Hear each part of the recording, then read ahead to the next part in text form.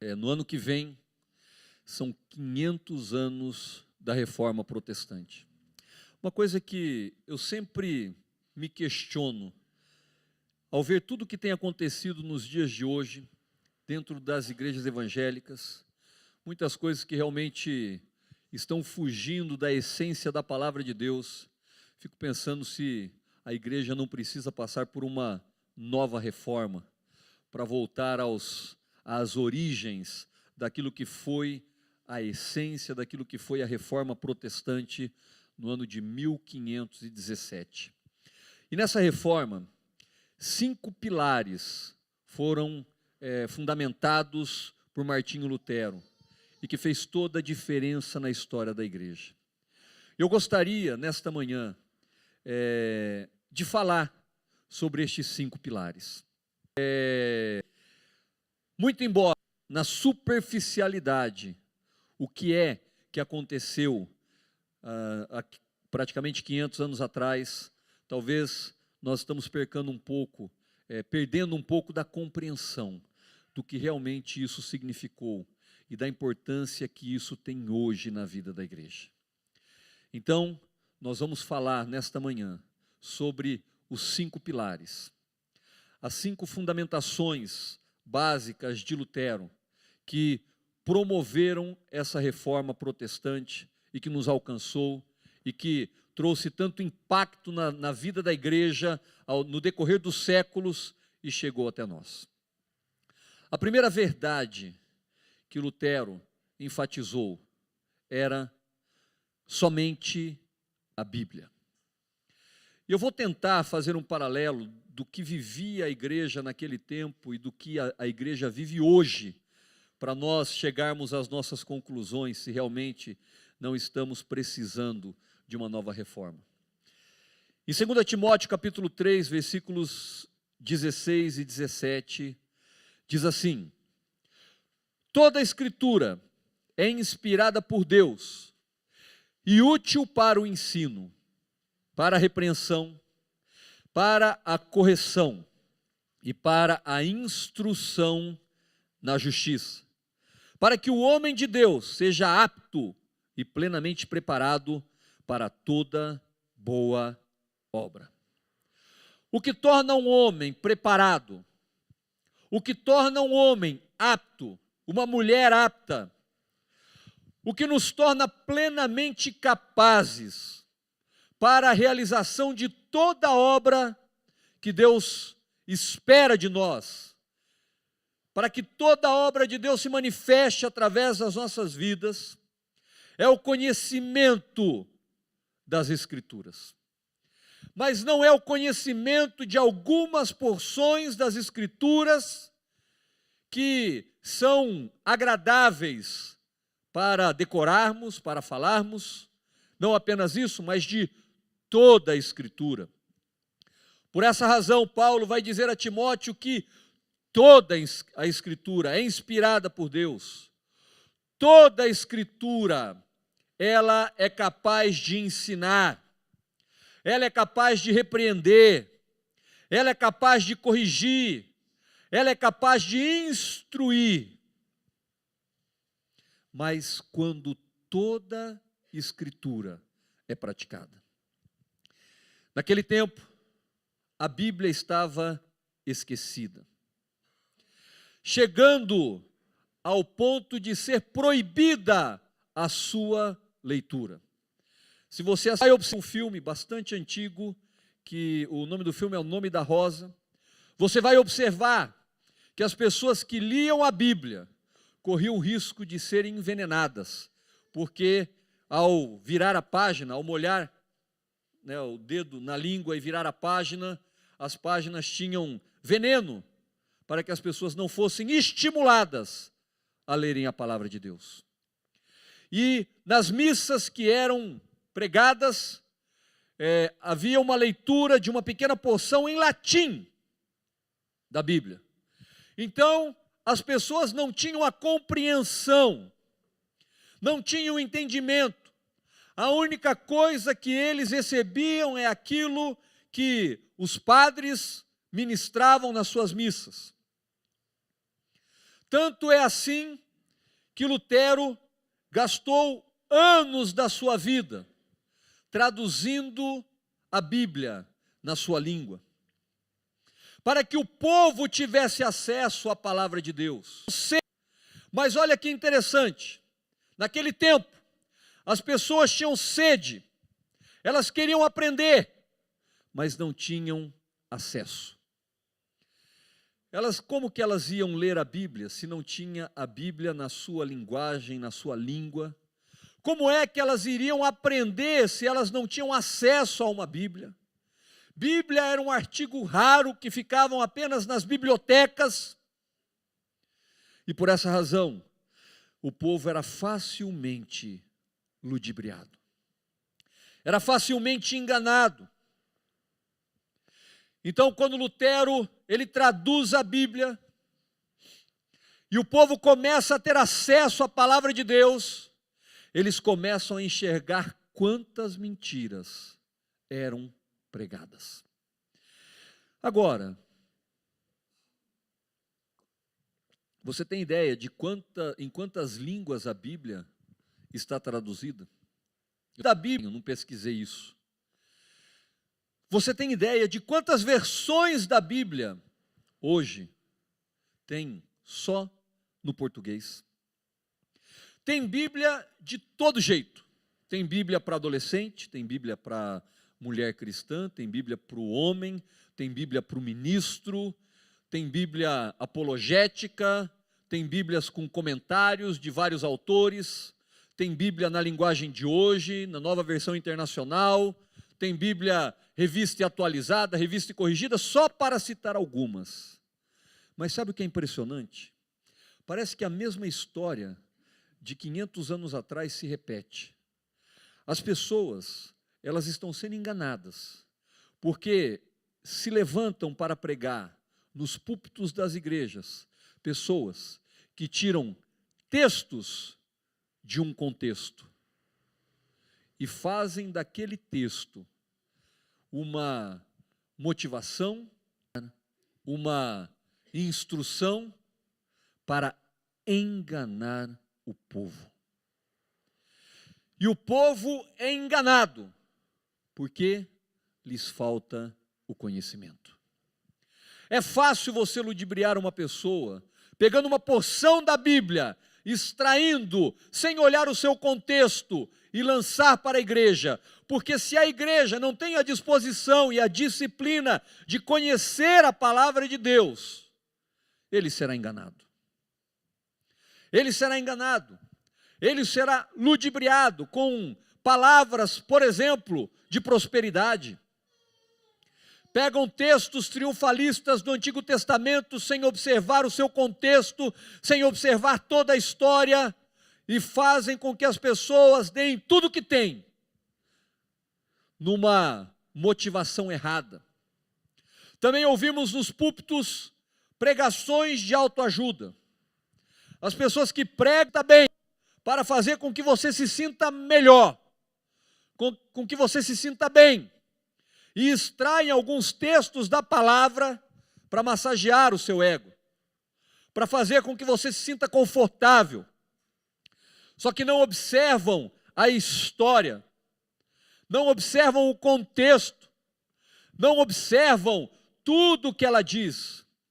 E aí, nós vamos ver igrejas que estão pregando uma grande mentira.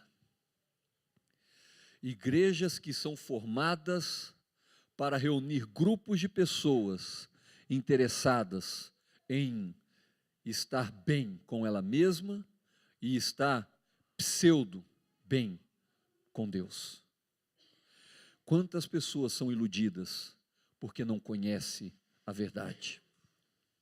Mas quando nós lemos o texto e observamos que toda Escritura é inspirada por Deus, nós precisamos conhecer a palavra. E meu irmão, não existe outra forma de você conhecer a palavra de Deus, senão lendo a palavra, estudando a palavra, meditando na palavra, praticando a palavra. Não tem outra forma. Se o que você recebe aqui é tudo o que você tem, na sua semana. Eu quero dizer que aos poucos você está morrendo e não percebe. Não tem como você se alimentar apenas num dia da semana, achando que o resto da sua semana vai ser boa. Se nós não nos alimentarmos diariamente da palavra de Deus, se nós não lermos a palavra de Deus, o nosso cristianismo será raso e completamente vulnerável a qualquer tipo de problema que nós venhamos a enfrentar. Por essa razão, nós precisamos entender que, em primeiro lugar, é somente a Bíblia. Somente a palavra de Deus. Um cristão que não conhece a Bíblia é um cristão que está vulnerável a qualquer heresia que entra dentro da igreja. Então, meu irmão e minha irmã, como consequências da reforma, nós precisamos ler a palavra de Deus, precisamos meditar na palavra de Deus, precisamos conhecer a palavra de Deus. Em segundo lugar, somente Cristo. É interessante como que Lutero teve a preocupação de colocar isso, né? Somente Cristo. Gente, parece tão óbvio. Como que eles não enxergavam isso? No tempo de Lutero, e só no tempo de Lutero, hoje isso não acontece, é o que vamos ver, havia muitos santos e imagens na igreja. E o povo acreditava que para cada coisa que tinham que pedir, tinha um santo em especial. Naquele tempo, então se você precisava de uma ajuda na área financeira, era um santo. Se você precisava de um casamento, era outro santo. Se você precisava resolver um problema, sei lá, de relacionamento, era outro santo, enfim. Um para cada situação da vida. De tantos personagens que havia, e de tantos santos que haviam, Jesus ficava de lado. Não se falava sobre Jesus, não se conhecia Jesus, não se conhecia a obra redentora de Jesus.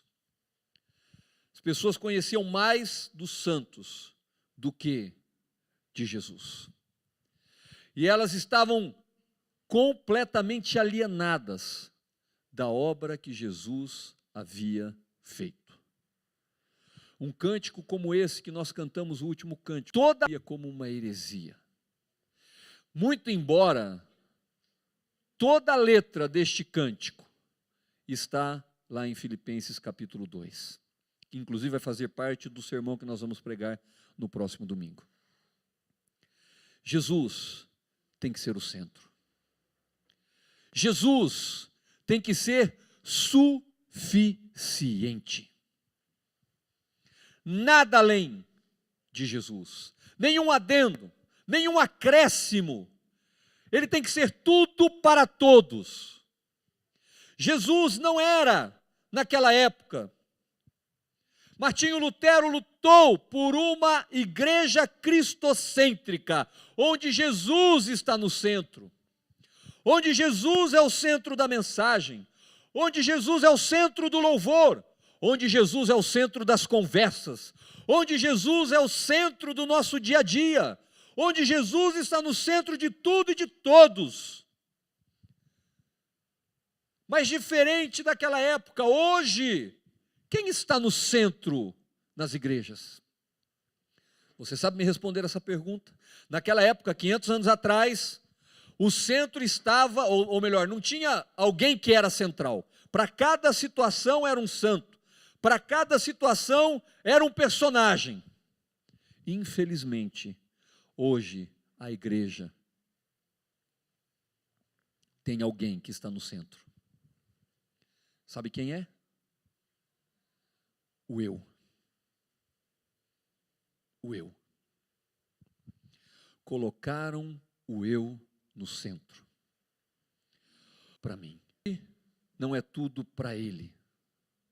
Hoje é tudo para mim.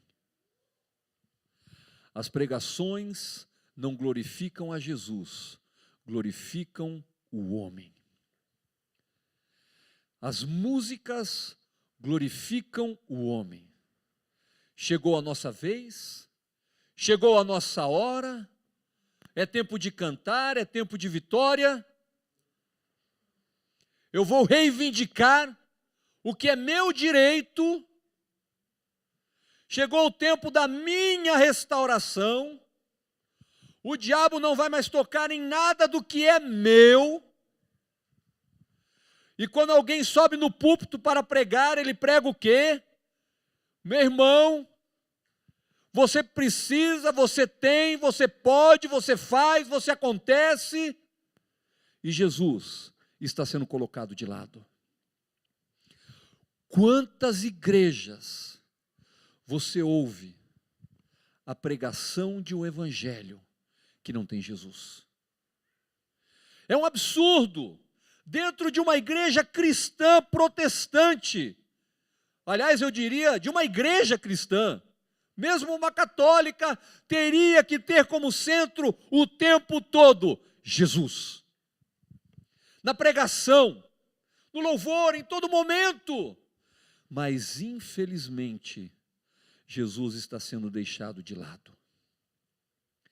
Não se fala de cruz, não se fala de sangue, não se fala de humilhação, mas se fala de exaltação do eu. De o eu estar bem, de o eu estar acima de tudo. O problema disso é que nós tiramos todos os santos, toda a idolatria exterior e colocamos uma idolatria interior, o eu. Então eu não posso ser ofendido, eu não posso me magoar, Deus não pode me decepcionar, Deus não pode falhar comigo, como se Ele fosse o nosso servo, como se Ele tivesse que trabalhar, como se Ele tivesse que estar ralando lá todo dia, toda hora, para que você se sinta bem, para que você se sinta melhor. E por aí nós vamos refletindo se estamos precisando de uma nova reforma. O terceiro pilar, somente a graça.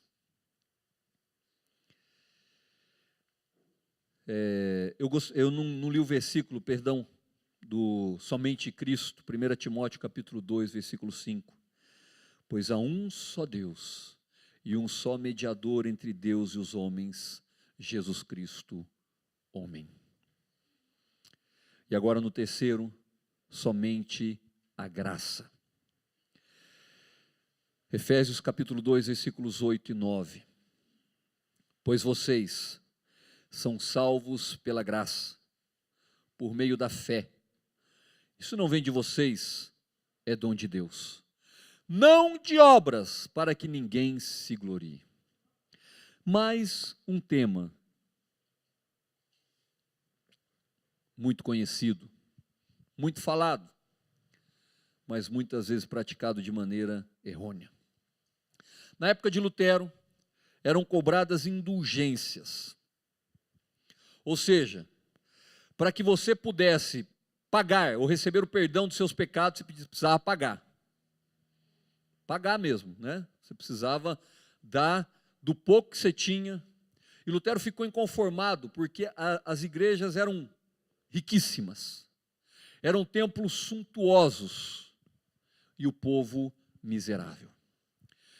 E foi uma época em que a igreja cresceu muito, financeiramente, em propriedades, porque as pessoas precisavam pagar muito para ter o perdão dos seus pecados. E também para resgatar os que eles julgavam que estavam mortos e precisando do perdão enquanto mortos. Um absurdo, mas uma verdade, que acontecia naquele tempo. Então as pessoas precisavam pagar pela sua salvação. Elas precisavam pagar para que os seus pecados fossem perdoados. Graças a Deus isso hoje não acontece. Será que não? As pessoas, elas entram na igreja com um fardo, mais ou menos, saem da igreja com um fardo que elas não podem suportar. Um pastor de televangelistas, um tempo atrás, alguns anos atrás, ele falou na TV o seguinte: esse povo que fica pedindo dinheiro, esse povo que fica falando que se você der dinheiro você vai ser rico, você vai prosperar, você vai ser abençoado. Esse povo que fica falando isso, meu irmão e minha irmã, está te enganando, está te iludindo. Você não vai ficar rico porque você dá o seu dinheiro para a igreja. Você não vai ficar rico porque você está sendo fiel no seu dízimo, na sua oferta. A Bíblia não promete que você vai ficar rico. Esse mesmo pregador, um tempo depois, estava dizendo o seguinte: você quer prosperar? Você tem que fazer parte desse negócio então.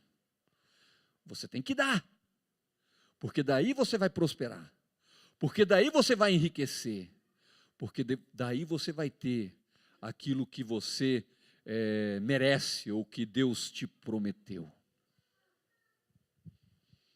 Quanta hipocrisia. E sabe o que tem acontecido? As pessoas têm a sensação de que elas precisam pagar pela sua salvação ainda hoje.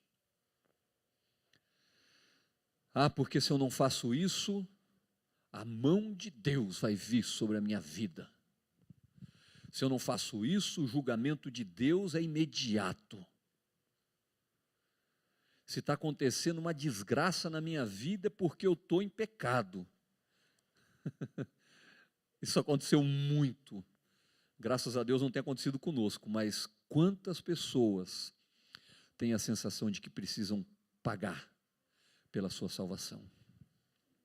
E isso é triste, meu irmão, porque toda vez que você acha que você tem que pagar alguma coisa, você está dizendo que a obra de Jesus não foi suficiente. Todas as vezes que você acha que você tem que fazer alguma coisa, você está dizendo que Jesus não fez tudo o que ele precisava fazer. Mas o texto é claro: pela graça vocês são salvos. Pela graça. Graça é favor imerecido. Graça é presente. Quando alguém te dá um presente, você não chega para essa pessoa e pergunta: quanto que é? Quanto custou esse presente? Deixa eu pagar para você esse presente que você está me dando. Ninguém faz isso, porque o presente é de graça. Mas olha que impressionante, nós recebemos o maior de todos os presentes, que é a nossa salvação, a salvação da nossa alma, a nossa redenção do inferno, e estamos tentando pagar com as nossas indulgências religiosas. Nós achamos que pagamos a salvação indo na igreja, nós achamos que pagamos a salvação dando dízimo, nós achamos que pagamos a salvação fazendo boas obras. Nós precisamos entender que todas essas coisas são as consequências de algo que já foi feito, e não o contrário. O problema é que as pessoas estão invertendo. Elas fazem tentando ganhar, quando elas deveriam fazer porque já ganharam. Isso é graça, meu irmão. Nós somos alcançados pela graça de Deus. A graça de Deus nos transformou. A graça de Deus nos proporcionou a vida eterna. A graça de Deus nos salvou. Da mesma forma que se pagava indulgências naquele tempo, hoje nós queremos pagar a nossa salvação. Se eu for todos os domingos no culto, se eu der o meu dízimo religiosamente, se eu visitar os enfermos, se eu fizer tudo o que está na cartilha, então eu vou ser salvo. É triste, mas eu lembro uma vez o pastor Josias, já contei isso aqui, mas sempre é bom relembrar, numa aula de escola dominical, ele perguntou: por que você acha que você merece o céu? Num grupo de umas 30 pessoas, na igreja. Não estou falando de pessoas que não conhecem a palavra, estou falando escola dominical na igreja. Umas 2 pessoas disseram assim: eu não mereço, eu vou por causa dele, não por causa de mim. 28 disseram: porque eu sou bom, porque eu faço boas obras, porque eu vou na igreja, porque eu dou o dízimo. Pastor Josias, para quem conhece ele, só faltou rasgar as vestes ali, tão indignado que ele ficou. Você imagina as pessoas. Eu temo que se a gente fizesse uma reunião no Estádio do Café e lotasse de todas as igrejas de Londrina e um pastor fizesse essa pergunta, eu temo, e temo de coração, que a grande maioria ia responder: porque é bom, porque vai na igreja, porque faz a coisa certa, porque não mata, não rouba, não fuma, não bebe. São a cartilha, né? Mas, meu irmão, é somente pela graça. O quarto aspecto, somente a fé. A graça só é manifesta por meio da fé. Não é obras para que ninguém se glorie, mas a fé. Romanos capítulo 1, versículo 17 diz que o justo viverá da fé. O justo vive da fé. No tempo de Lutero, em que as relíquias e objetos santos eram venerados, eram carregados em procissões, e as multidões caminhavam em romaria em busca de uma experiência religiosa, através de um contato com um lugar ou um objeto sagrado. As pessoas precisavam ter um ponto de contato para fortalecer a sua fé. A fé das pessoas era movida por aquilo que elas viam, pelos santos, pelas procissões. E hoje, pelos grandes homens de Deus. Eu vou naquele lugar porque lá está a unção, lá a coisa vai acontecer, lá o milagre vai se manifestar. É impressionante como a nossa fé hoje, parece que ela precisa da mesma forma de um ponto de contato, de um suporte, de um amuleto. Fé, meu irmão e minha irmã, como está em Hebreus capítulo 11, versículo 1, é a certeza das coisas que se esperam e a convicção das coisas que você não vê. Fé não é algo que você toca. Fé não é algo que você enxerga. Fé é algo no que você acredita. Nós acreditamos, nós cremos que Jesus morreu pelos nossos pecados. Nós cremos que Ele ressuscitou dentre os mortos. Nós cremos que Ele nos salvou da ira eterna. Isso é fé. Eu creio que eu sou salvo pela graça. Eu creio que eu sou salvo por aquilo que Ele fez, e não por aquilo que eu fiz. E nós precisamos entender que sem fé é impossível agradar a Deus.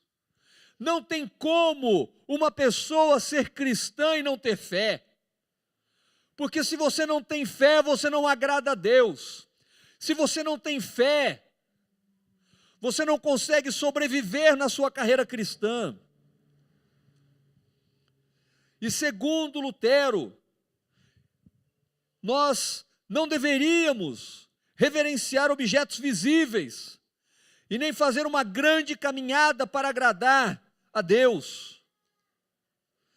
E se fôssemos trazer para o nosso contexto, Não precisamos fazer romarias cristãs para ver homens que se dizem santos, ou colocar um copo em cima, agora não dá mais, né, em cima da televisão, que a TV é fininha agora, mas antigamente, e crer que aquele copo ia fazer um milagre. Essas ferramentas não funcionam, porque o cristão verdadeiro, ele crê, e ponto final. É essa fé que tem que nos sustentar, é essa fé que não se vê, mas na qual nós podemos crer. Um cristão de verdade vive pela fé, não pelo que é palpável e visível aos olhos humanos. Por essa razão, Jesus vai dizer em João capítulo 20, versículo 29, bem-aventurados que não viram e creram. É pela fé. E por fim, somente a Deus toda glória. O quinto pilar da reforma é que só Deus merece toda a glória. Isaías capítulo 42, versículo 8 diz assim: eu sou o Senhor, este é o meu nome, não darei a outro a minha glória, nem a imagens o meu louvor. O centro da nossa adoração é Deus. Só Ele merece toda glória. Só Ele merece todo louvor e toda adoração. Naquele tempo, muitos idólatras diziam que estavam adorando a imagens, ou não adoravam a imagens, mas tinha elas apenas para uma lembrança. Isso não é verdade. Nós tivemos a oportunidade de ir lá em Juazeiro do Norte, e é impressionante nós observarmos a idolatria. Numa salinha onde as pessoas levam seus amuletos, romarias que inundam a cidade de pessoas, todas pedindo para ele, Padre Cícero, um milagre. Dão a glória a homens. Os holofotes estão colocados em homens, quando na verdade só Deus merece toda a honra, toda a glória e todo o louvor. Se você, meu irmão e minha irmã, olha para mim, ou para o Anderson, ou para o João, ou para algum líder, e começa a achar que nós somos melhores do que outros, ou melhores do que vocês mesmos, vocês já estão correndo um sério risco de adorarem ao homem e não a Deus. Por simples detalhes, nós acabamos desviando o nosso foco do que é o objetivo principal. O triste é observarmos que tem homens que gostam da glória, homens que gostam dos holofotes, homens que gostam de aparecer. Junta esse fato com o fato de que as pessoas precisam alguém para eleger como um herói, para eleger como um salvador, para eleger como o homem que vai trazer a solução dos nossos problemas. E nós vamos ter um sério problema de idolatria. Quantos de nós colocamos a nossa esperança em carros e em cavalos? Colocamos a nossa esperança em homens, colocamos a nossa esperança em pessoas. Eu quero dizer uma coisa para você, meu irmão e minha irmã: político nenhum resolverá o problema do Brasil, nem da esquerda, nem da direita, nem do centro. E nós muitas vezes aumentamos a nossa discussão política e acabamos que defendemos demais quem não merece ser defendido. E não é só porque é político, mas porque nós tiramos o foco daquele que merece toda a glória. Quando ficamos na periferia, deixamos Deus de lado. Quando ficamos à margem, Deus deixa de ter a sua importância nas nossas vidas. Mas nós precisamos, como diz Apocalipse capítulo 5, versículo 12, adorar somente àquele a quem pertence toda a glória, a quem pertence todo o louvor, a quem pertence toda a adoração. Jesus disse em João capítulo 5, versículo 44, que todo cristão verdadeiro presta toda a glória somente a Deus e não recebe louvor pelos seus feitos. Ele aponta sempre para Deus. Você quer conhecer um homem de Deus? Observe aqueles que apontam sempre para Deus e que não apontam para si mesmos. Quando você ouve um homem falando dos seus próprios feitos, fique atento. Quando você ouve um homem que aponta sempre para Jesus, não olhe para esse homem, mas olhe exatamente para aquele que ele tem apontado, para Deus, porque a Deus é toda honra, toda glória, todo louvor e toda adoração.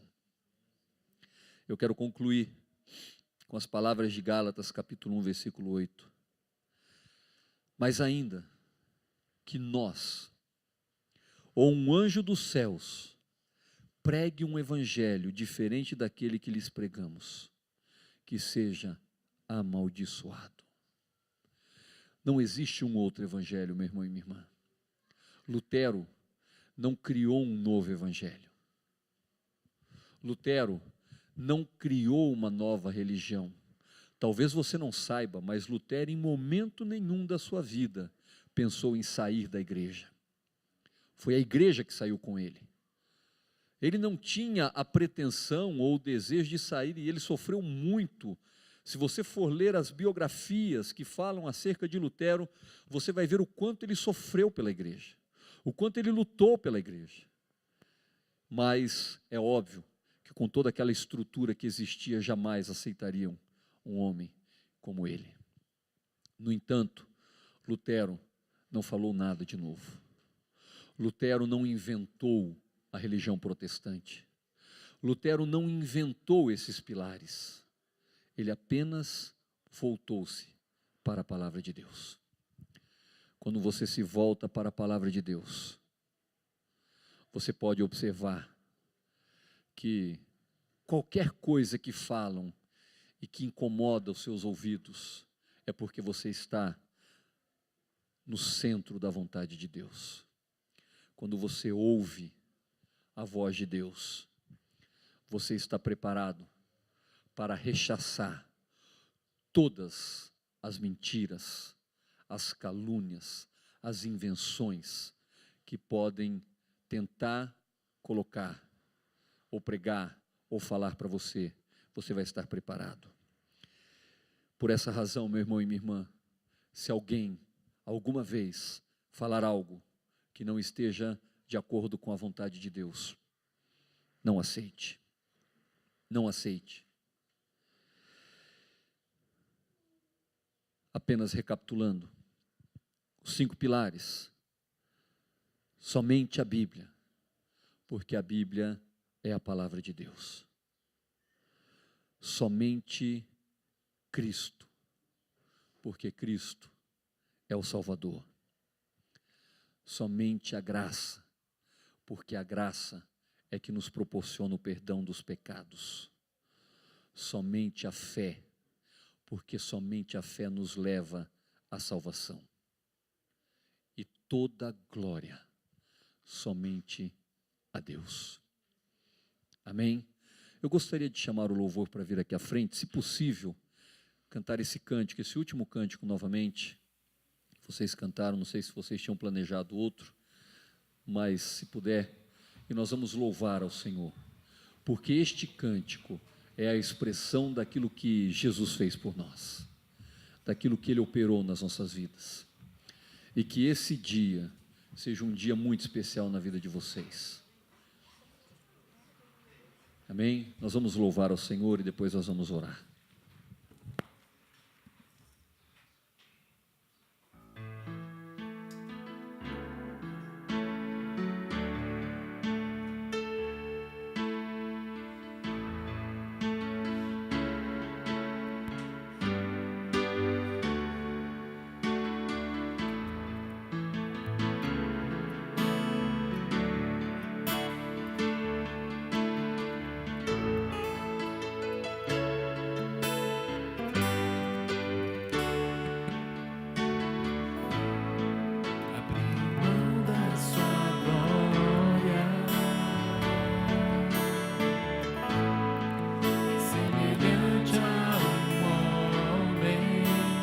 se esvaziou, servo tornou,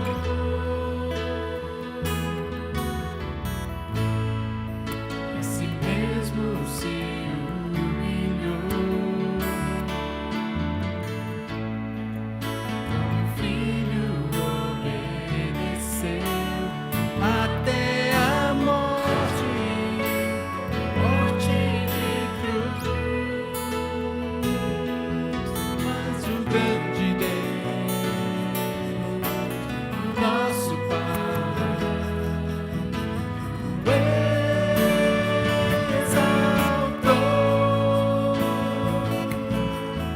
e lhe deu um nome que é sobre todo nome, no céu e na terra e debaixo da terra.